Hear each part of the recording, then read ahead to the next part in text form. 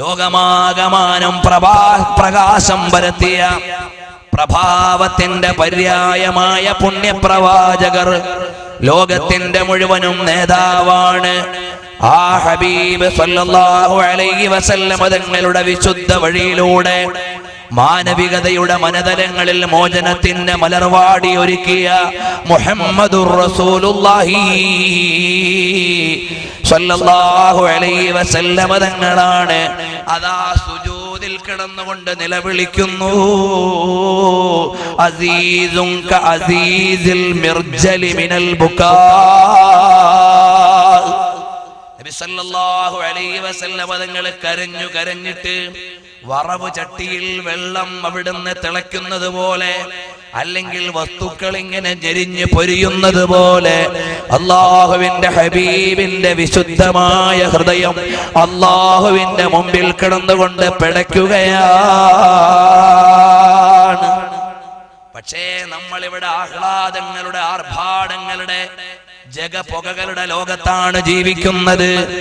മോനെ, ഇവിടുത്തെ ഒരു ഭരണാധികാരിയുടെയും അധികാരം നിലനിൽക്കില്ല. ഇതൊരു ജാടയുടെ ലോകമാണ്. ഇവിടെ സ്ത്രീജനങ്ങളെ മുഴുവനും തെരുവിൽ വലിച്ചിറക്കിയ സംഘങ്ങൾ എവിടെ? പീഡിപ്പിക്കപ്പെടുന്ന സ്ത്രീജനങ്ങളുടെ എണ്ണം കൂടുകയാണ്. ലോകത്തെ മെട്രോ സിറ്റികൾ വളരുന്നതിനേക്കാൾ കൂടുതൽ റെഡ് സിറ്റികൾ വളർന്നുകൊണ്ടിരിക്കുകയാണ്. അരമനകളുടെ അകത്തളങ്ങളിൽ വ്യഭിചാരത്തിന്റെ നാറ്റമാണ്. അതുകൊണ്ടാണ് പൊന്നുമോളെ വിറ്റ് ജീവിക്കുന്ന മുസ്ലിം നാമധാരിയായ പിതാവിന് കോതമംഗലം സാക്ഷിയായത്. 20 25 വയസ്സിന് താഴെയുള്ള കൗമാര യൗവനങ്ങൾ അനാശാസ്യ പ്രവണതകളുടെ ആഴിയിലേക്ക് കൂടുതൽ കടന്നു വരികയാണ്. അവിടെയാണ് സഹപാഠിനിയെ പീഡിപ്പിച്ച കഥകളുടെ എണ്ണം വരുമ്പോ പ്രതികളുടെ വയസ്സ് കേവലം 16 17 പരിമിതപ്പെടുന്നത്. 10 വയസ്സുകാരനിൽ ലൈംഗിക ധ്വനി ഉയർത്തിയ സംസ്കാരമേതാണ്? 15 വയസ്സുകാരനെ തോന്നിവാസത്തിന് വഴിയൊരുക്കിയ ചിന്താധാര ഏതാണ്? ഇവിടെയാണ് ആധുനികതയെന്നും അഡ്വാൻസ്ഡ് എന്നും മോഡേണിസം എന്നും പരിഷ്കാരമെന്നും പുതിയതെന്നും എല്ലാം വിളിച്ചു പറയുന്ന കേവലമായ ഭൗതിക ജാടകളെ മുഴുവനും വലിച്ചെറിയേണ്ട കാലം വന്നുപോയി. നബി സല്ലല്ലാഹു അലൈഹി വസല്ലം തങ്ങൾ 6-ാം നൂറ്റാണ്ടിലെ ജനങ്ങളെ അഭിമുഖീകരിക്കുമ്പോ എന്തൊക്കെ തോന്നിവാസങ്ങളുണ്ടോ അതെല്ലാം ഇവിടെ ആവർത്തിച്ചു കൊണ്ടിരിക്കുകയാണ്. അവിടെയാണ് ഹബീബേ ഖുദാ റഹ്മത്തുൽ ലിൽ ആലമീൻ മുഹമ്മദുർ റസൂലുള്ളാഹി സ്വല്ലല്ലാഹു അലൈഹി വസല്ലം തങ്ങൾ അവരെ മുഴുവനും നേരിന്റെ, നെറിയുടെ, നീതിയുടെ, ന്യായത്തിന്റെ, സത്യത്തിന്റെ, ധർമ്മത്തിന്റെ മഹിതമായ വഴിയിലേക്ക് മാടി വിളിച്ചു കൊണ്ടുവന്ന നേതാവാണ്. ആ ഹബീബ് പാതിരാത്രിയിൽ ഉറങ്ങുകയല്ല.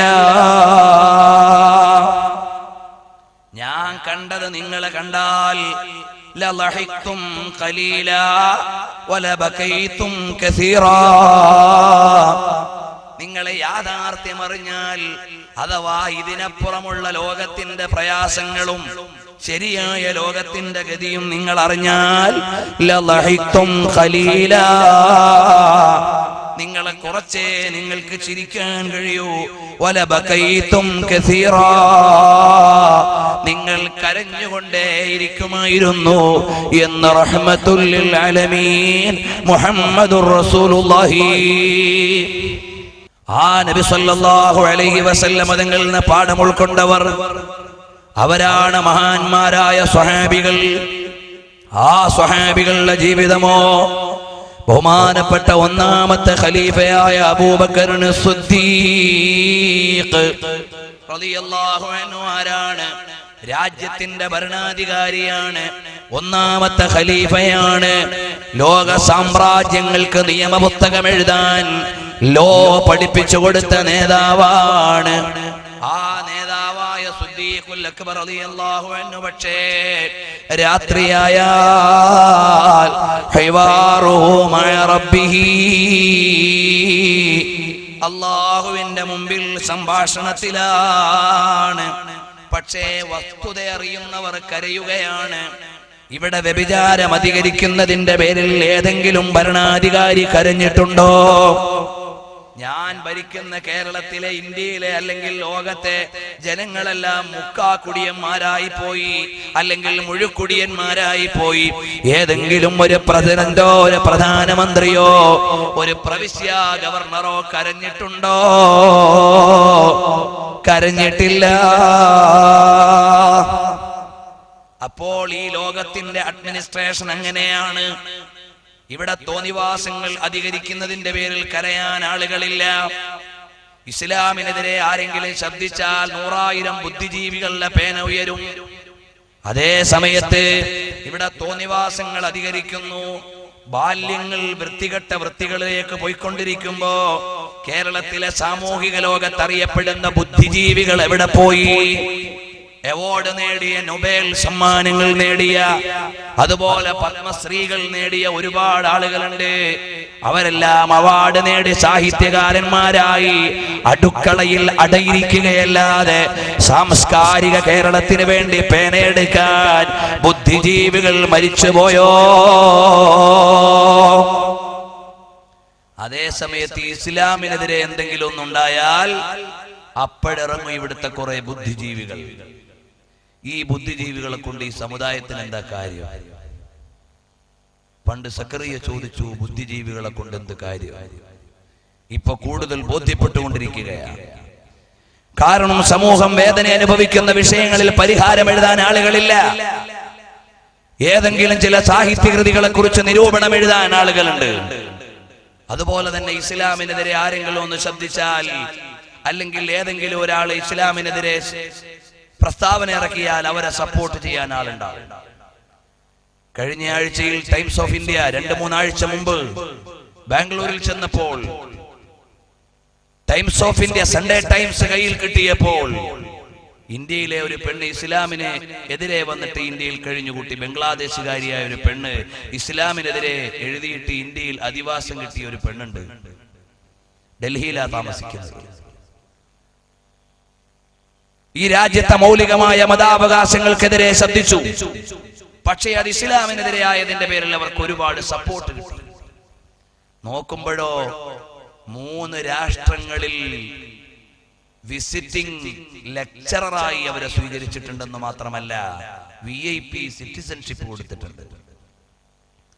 യൂറോപ്യൻ രാജ്യങ്ങളിലെ വലിയ വലിയ സമിതികളിലെ അംഗമായി മാറിയിട്ടുണ്ട്. ഓളിങ്ങളുള്ള ജീവിതകഥകൾ ലോകത്തിന്റെ മുമ്പിലേക്ക് ആ പെണ്ണ് എഴുതിക്കൊണ്ടിരിക്കുകയാ. ആ പെണ്ണിനുള്ള ക്വാളിഫിക്കേഷൻ എന്താ? ഇസ്ലാമിന്റെ നിയമങ്ങൾക്കെതിരെ അവള് ഒരുപാട് തോന്നിവാസങ്ങൾ എഴുതി വെച്ചു എന്നല്ലാതെ ആ പെണ്ണിന് പ്രത്യേകിച്ച് യോഗ്യതയൊന്നുമില്ല. പേര് പറഞ്ഞിട്ട് വെറുതെ പരസ്യപ്പെടുത്തേണ്ടതില്ല. അപ്പൊ ഇതേപോലെ ഒരുപാട് ആളുകൾ എവിടെയൊക്കെ ഇസ്ലാമിനെതിരെ പേനയെടുക്കാൻ വന്നിട്ടുണ്ടോ, അല്ലെങ്കിൽ ഇസ്ലാമിനെതിരെ പ്രസ്താവന നടത്തിയിട്ടുണ്ടോ, അവരുടെ കൃതികളിൽ സാഹിത്യമൂല്യം വേണമെന്നില്ല, ഭാഷാശുദ്ധി വേണമെന്നില്ല. ഇസ്ലാമിനെതിരെ വന്നാൽ അതിനെ മുഴുവൻ സപ്പോർട്ട് ചെയ്യാൻ കുറെ ആളുകളുണ്ട്. അതേ സമയത്ത് ഈ ലോകത്ത് മുഴുവനും TV സംസ്കാരത്തിലൂടെ, കേബിൾ സംസ്കാരത്തിലൂടെ, നീലച്ചിത്രങ്ങളിലൂടെ ഒരുപാട് കുട്ടികൾ അരുതായ്മയിലേക്ക് നീങ്ങുമ്പോ അവർക്ക് വേണ്ടി ശബ്ദിക്കാൻ ആളെവിടെ? ഇവിടെ നീതി നടപ്പിലാക്കാൻ ആവശ്യമായ പ്രവർത്തനങ്ങൾ എവിടെ? അതൊന്നും ഇവിടെ അജണ്ടയല്ല. അതേ സമയത്ത് ഇസ്ലാം ലോകത്തെ മുഴുവനും സമാധാനത്തിലേക്ക് കൊണ്ടുവരികയാണ്. അല്ലാഹുവിലേക്ക് ചേരാൻ ആവശ്യപ്പെട്ട മതമാണ്. പ്രപഞ്ചാധികാരിയിലേക്ക് ചേരാൻ അവരുടെ പാതിരാത്രികളിൽ ആരാധനയാണ്. നബി സല്ലല്ലാഹു അലൈഹി വസല്ലം തങ്ങൾ പാതിരാത്രിയിൽ നിസ്കാരത്തിലാണ്. അറിയുമോ, സിദ്ദീഖ് റളിയല്ലാഹു അൻഹു അങ്ങനെയാണ്. ആയിഷ റളിയല്ലാഹു അൻഹ പറയുകയാണ്, മുറു അബൂബക്കർ യുസല്ലി ബിന്നാസ്. നബി സല്ലല്ലാഹു അലൈഹി വസല്ലം തങ്ങൾ രോഗശയ്യയിൽ കിടക്കുമ്പോ നബി സല്ലല്ലാഹു അലൈഹി വസല്ലം തങ്ങൾ പറഞ്ഞു, അബൂബക്കർ സിദ്ദീഖ് തങ്ങളോട് പറ ഒന്ന് നിസ്കരിക്കാൻ. ഖാലത്ത് ഖുൽതു യാ റസൂലല്ലാഹ്. ആയിഷ റളിയല്ലാഹു അൻഹ പറയുകയാണ്, ഓ നബിയേ, എന്റെ വാപ്പാനോട് ഇമാമ നിൽക്കാൻ പറയല്ലേ. റജുലുൻ റഖീഖ് അവിടുന്ന് മൃദുലമായ പാവമായ ഹൃദയമുള്ള ആളാണ്. ഇദാ ഖറഅൽ ഖുർആന ലാ യംലികു ദമഹു, ഖുർആൻ ഓതിയാൽ അവരുടെ കണ്ണുനീര് നിയന്ത്രിക്കാൻ അവർക്ക് സാധ്യമല്ല. ആശയം അറിഞ്ഞുകൊണ്ട് ഖുർആൻ ഓതുകയാണ്.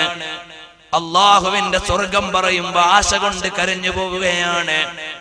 നരകം പറയുമ്പോ പേടിച്ചുകൊണ്ട് കരയുകയാണ്. എന്റെ ശബ്ദം ശ്രവിക്കുന്ന മുസ്ലിം രക്ഷിതാക്കളെ, നമുക്ക് ഖുർആനിനോട് എന്ത് ബന്ധമാണുള്ളത്? നമ്മുടെ വീട്ടിലേക്ക് ചിലപ്പോ മുസ്ഹഫ് ഉണ്ടാകാം, എന്നാൽ ഇതിൽ എത്ര ആളുകളുണ്ട് ഒരു ദിവസം ഒരു പേജെങ്കിലും ഖുർആൻ ഓതുന്നവരെവിടെ?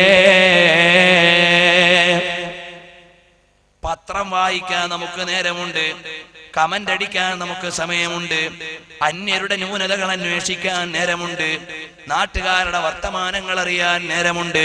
പക്ഷേ ഉടമസ്ഥനായ റബ്ബ് ഔദാര്യമായി നൽകിയ പരിശുദ്ധമായ ഖുർആൻ നമ്മുടെ വീട്ടിലുണ്ടായിട്ട് ഒരു പേജൊന്ന് ഓതാൻ നേരമുണ്ടോ മോളെ?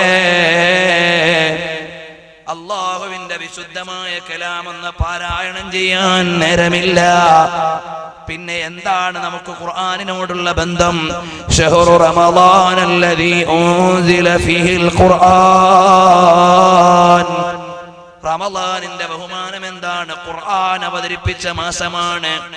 ഒരാൾ ഖുർആൻ പാരായണം ചെയ്യുന്ന വിശ്വാസിയായാൽ അവൻ മധുര നാരങ്ങയെ പോലെയാണ്. റീഹുഹു ത്വയ്യിബുൻ വ തുഅമുഹു ത്വയ്യിബുൻ, അതിന് നല്ല ടേസ്റ്റ് ആണ്, നല്ല സുഗന്ധമാണ്.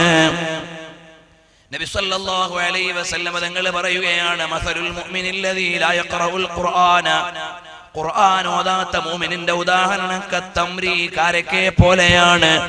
തുഅമുഹു ത്വയ്യിബുൻ, നല്ല ടേസ്റ്റ് ആണ്, പക്ഷേ ലാ റീഹ ലഹാ, അതിന് സുഗന്ധമില്ല. മസലുൽ മുനാഫിഖില്ലദീ യഖറഉൽ ഖുർആന കർറൈഹാൻ, ഖുർആൻ ഓതുന്ന കപട വിശ്വാസിയാണ്. അവന്റെ വിശ്വാസം പോക്കാണെങ്കിലും അവൻ ഓതുന്ന ഖുർആനിനൊരു മൂല്യമുണ്ട്. കർറൈഹാൻ, റൈഹാൻ പുഷ്പത്തെ പോലെയാണ്, അതിന് സുഗന്ധമുണ്ട്, പക്ഷേ ടേസ്റ്റ് ഇല്ല. ഖുർആൻ ഓതാത്ത കപട വിശ്വാസിയോ കൽഹന്ദലി, നമ്മുടെ നാട്ടിലൊക്കെ പുന്നക്ക എന്ന് പറഞ്ഞൊരു സാധനമുണ്ട്, അതിന് രുചിയുമില്ല, സുഗന്ധവുമില്ല. അതുപോലെയാണ് എന്ന് നബി സല്ലല്ലാഹു അലൈഹി വസല്ലം തങ്ങൾ പറയുമ്പോ, നമ്മുടെ കുട്ടികളൊക്കെ ഗോലിക്ക് പകരം കളിക്കാൻ ഉപയോഗിച്ചിരുന്നൊരു കായില്ലേ, അതിന് രുചിയുമില്ല, അതിന് സുഗന്ധവുമില്ല. അതുപോലെയാണ് കപട വിശ്വാസിയാണ്, ഖുർആൻ ഓതാത്തവനാണ്. എന്നാൽ അവന്റെ ഉദാഹരണമെന്ന് മദീനയിലെ രാജാവ് റഹ്മത്തുൽ ലിൽ ആലമീൻ മുഹമ്മദുർ റസൂലുള്ളാഹി. അപ്പോൾ അബൂബക്കർ സിദ്ദീഖ് റളിയല്ലാഹു അൻഹു പരിശുദ്ധമായ ഖുർആൻ പാരായണം ചെയ്താൽ മഹാനവറുകളുടെ കണ്ണുനീരു നിയന്ത്രിക്കാൻ സാധ്യമല്ല. നബി സല്ലല്ലാഹു അലൈഹി വസല്ലം തങ്ങൾ നിസ്കാരം അതേപടി പകർത്തിയ മഹാനാണ് അബൂബക്കർ സിദ്ദീഖ്. അതേപടി നിസ്കാരം പകർത്തിയ മഹാനാണ് അബ്ദുല്ലാഹി ഇബ്നു സുബൈർ റളിയല്ലാഹു അൻഹു. أخذ ابن الزبير الصلاة من أبي بكر وأخذها أبو بكر من النبي صلى الله عليه وسلم. നബി സല്ലല്ലാഹു അലൈഹി വസല്ലം തങ്ങളുടെ നിസ്കാരം അതേപടി സിദ്ദീഖുൽ അക്ബർ തങ്ങൾ പകർത്തിയതാണ്. അതേ കോപ്പി അടിച്ച മഹാനാണ് അബ്ദുല്ലാഹി ഇബ്നു സുബൈർ റളിയല്ലാഹു അൻഹു. അപ്പോൾ മഹാന്മാർ